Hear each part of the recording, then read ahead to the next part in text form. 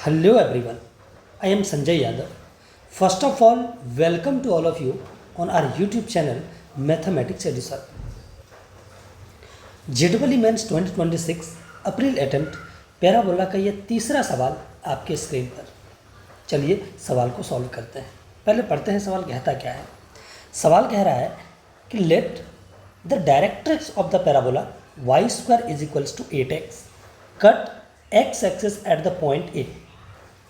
Let b alpha comma beta where alpha is greater than 1 be a point on parabola P such that the slope of AB is 3/5. If BC is a focal chord of P, then 6 times the area of triangle ABC is what? Right? तो चलिए सबसे पहले तो मैं ये directrix की बात करी है इस पैराबोला की, तो सबसे पहले मैं इस पैराबोला का डायरेक्ट्रिक्स निकालता हूँ। उसके बाद फिगर बनाएंगे, उसके बाद हम लोग क्वेश्चन को स्टार्ट करेंगे। तो सबसे पहले हम लोग जब डायरेक्ट्रिक्स की बात करेंगे तो आप देख सकते हैं कि पैराबोला आपके पास जो गिवन है, ये आपके पास गिवन पैराबोला है y² is equals to 8x। क्योंकि आपके पास 4a इज इक्वल्स टू 8 है तो यहाँ से आपके पास a की वैल्यू आ चुका है 2। और इक्वेशन ऑफ डायरेक्ट्रिक्स क्या होता है? देयरफॉर इक्वेशन ऑफ डायरेक्ट्रिक्स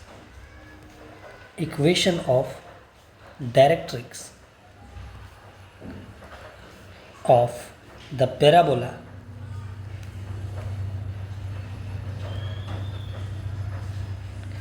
इस टाइप का, अगर y² बराबर 4ax टाइप का पैराबोला रहे तो इज वो कितना होता है? x बराबर -a। तो देयरफॉर यहाँ पर जो इक्वेशन ऑफ डायरेक्ट्रिक्स है, यहाँ पर जो आपके पास इक्वेशन ऑफ डायरेक्ट्रिक्स है वो क्या है? वो आपके पास है x is equals to -a, that means x is equals to -2, right. और x is equals to -2 is a line which is perpendicular to x axis and parallel to y axis, right. तो चलिए figure बनाते हैं अब हम लोग। बोल रहा है कि ये जो डायरेक्ट्रिक्स है ये x एक्सिस को a,0 पे इंटरसेक्ट करता है। हमें पता है कि ये जो एक्सिस ऑफ पैराबोला है ये x एक्सिस ही होता है, राइट। और ये लाइन क्या है? ये x बराबर -2 है, डायरेक्ट्रिक्स है, x बराबर -2। तो ये जो पॉइंट होगा ये वाला, यही आपका a दे रखा है जहाँ पे x एक्सिस को ये डायरेक्ट्रिक्स कट करता है, और ये पॉइंट आपका हो जाएगा -2,0, राइट। अब बोलता है कि पैराबोला के ऊपर एक पॉइंट b है जिसका कोऑर्डिनेट कितना दे रखा है? α, β, राइट। और इसका जो सच दैट कि इस लाइन का जो स्लोप है, इस लाइन का स्लोप कितना है? इस लाइन का स्लोप आपके पास दे रखा है 3/5। स्लोप m आपके पास कितना दे रखा है? 3/5, राइट। ये आपके पास दे रखा है, ठीक है। और एक चीज़ और बोला है कि एक BC है, राइट। यहाँ पे क्या बोला है? ए BC is a focal cord of P। मतलब ये जो पैराबोला P का एक फोकल कॉर्ड है कौन? BC, right. तो मैं एक ये B और ये पॉइंट को मैं क्या मान लेता हूँ? C। तो BC ये फोकल कॉर्ड है। तो बोला है कि ये ट्रायंगल का एरिया का 6 टाइम क्या हो? मतलब 6 time the area of this triangle. इस ट्रायंगल का एरिया मांग रखा है, ठीक है। आप फिर से ऑब्जर्व करते हैं। देखिए एक ट्रायंगल है जिसका एक वर्टेक्स का कोऑर्डिनेट मालूम है मुझे, एक वर्टेक्स के बारे में दिया गया है, और दूसरा बोला क्या गया है कि ये फोकल कॉर्ड है। दैट मीन्स अगर कोई फोकल कॉर्ड होता है तो फोकल कॉर्ड के दोनों एंड के पैरामीटर में एक रिलेशन होता है, राइट। ऐसे कार्टेशियन में तो कोई रिलेशन नहीं होता। इतना सा बोल सकते हैं कि अगर α, β पैराबोला के ऊपर है तो उसको सेटिस्फाई करेगा। अगर हम α, β को लेकर के भी सॉल्व करें तो क्वेश्चन सॉल्व हो जाता है, लेकिन वो थोड़ा सा लेंथी होता है, इसलिए मैं आपको वो मेथड नहीं बता रहा हूँ। हमें पता है कि जब ये फोकल कॉर्ड होता है तो फोकल कॉर्ड का जो एंड पॉइंट है इसके पैरामीटर में एक रिलेशन होता है।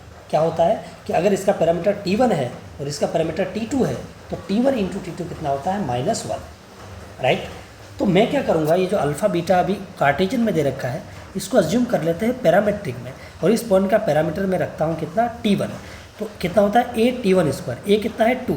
तो 2T1² इसका पहला को x कोऑर्डिनेट और y कोऑर्डिनेट 2at, मतलब 4T1, राइट।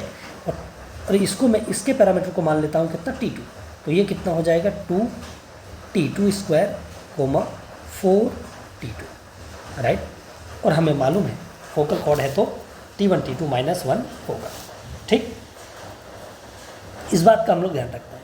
तो T निकालने के लिए हम लोग क्या करते हैं, हम लोग T1 निकालेंगे तो T2 अपने आप आ जाएगा, क्योंकि हमें पता होता है T1 T2 -1। ठीक, तो मैं T1 निकालने की कोशिश करूँगा। T1 निकालने के लिए उसने एक हिंट दे रखा है कि जो इस लाइन का AB का स्लोप है वो कितना है, 3/5। तो सिंस स्लोप ऑफ AB, नहीं ये स्लोप ऑफ क्या है, AB, इसको मैं MAB से डिनोट करता हूँ। स्लोप ऑफ AB कितना है, 3/5। तो लिख लेते हैं इसका एक और तरीके से स्लोप, वो कैसे, पॉइंट मालूम है A और B, तो मैं y2 - y1 मतलब 4T1 - 0 और अपॉन में कितना हो जाएगा 2T1 स्क्वायर x2 - x1 और माइनस माइनस कितना हो जाएगा प्लस, क्योंकि यहाँ पर ऑलरेडी एक माइनस है। ये किसके बराबर हो जाएगा, 3/5। अब यहाँ से देखोगे कि ये 2 और 2 कॉमन आएगा, 2 से ये चला जाएगा, कितना यहाँ बचेगा 2। ठीक है, तो अब हम लोग थोड़ा सा और आगे बढ़ते हैं। यहाँ पर अगर देखें तो बचा यहाँ पर 2, जब मल्टीप्लाई होगा तो आएगा 10 × T1 equals to 3T1 square और प्लस 3 बचेगा, राइट। इसको उधर लेके चले जाते हैं तो 3T1 स्क्वायर -10T1 और प्लस 3 इज इक्वल्स टू 0। अब मैं इसको थोड़ा फैक्टराइज कर लेता हूँ। 3 ये T1 है, ठीक है, तो यहाँ पर हम लोग बोल सकते हैं कि 3T1 स्क्वायर -9T1 और -T1 plus 3 is equals to 0। This implies 3T1 हमने ले लिया कॉमन, T1 -3 और -1 यहाँ पर अगर हम लोग कॉमन लेते हैं तो यहाँ पर भी आ गया T1 - 3 is equals to 0। This implies T1 -3 और यहाँ पर आ चुका है आपका 3T1 - 1 इज इक्वल्स टू 0। तो आपके पास T1 का दो वैल्यू आता है, एक T1 आता है 3 और एक T1 आपके पास आ जाता है 1/3। तो सबसे पहले अब कौन सा पकड़े T1, उसके लिए एक और हिंट वहाँ पे दे रखा है जिसका हमने अभी तक इस्तेमाल नहीं किया है कि alpha is greater than 1। That means इस पॉइंट B का जो x कोऑर्डिनेट है वो 1 से बड़ा होना चाहिए।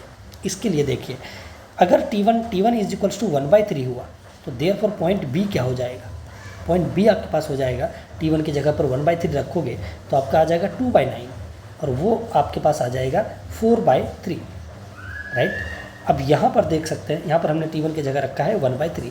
यहाँ पर देख सकते हैं, यहाँ पर आपके पास अल्फ़ा और कोमा बीटा कंपेयर अगर करें हम लोग, अल्फ़ा इज इक्वल्स टू कितना आ जाता है 2/9 which is less than 1 which is contradiction. That means हमारे पास ये वाला जो T1 है, T1 ये नहीं है, 1/3 नहीं है। तो देयरफॉर मुझे T1 क्या लेना पड़ेगा, T1 मुझे 3 लेना पड़ेगा। तो अगर T1 × T2 कितना होता है -1, क्यों, क्योंकि BC क्या है, फोकल कॉर्ड है, राइट।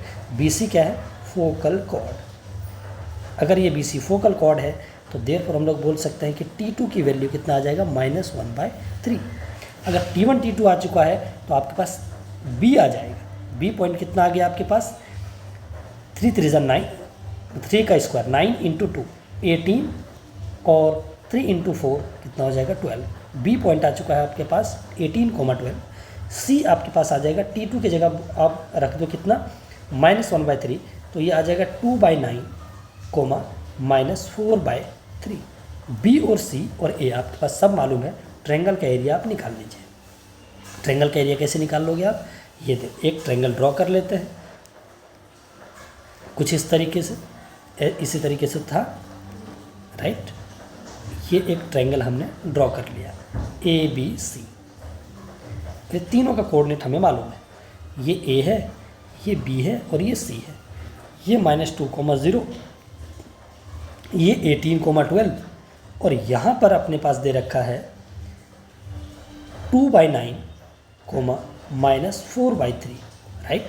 अब एरिया हम लोग निकाल लेते हैं। डिटरमिनेंट का फॉर्मूला होता है, ये होता है मॉड, यहाँ पर हाफ और डिटरमिनेंट क्या होता है 180।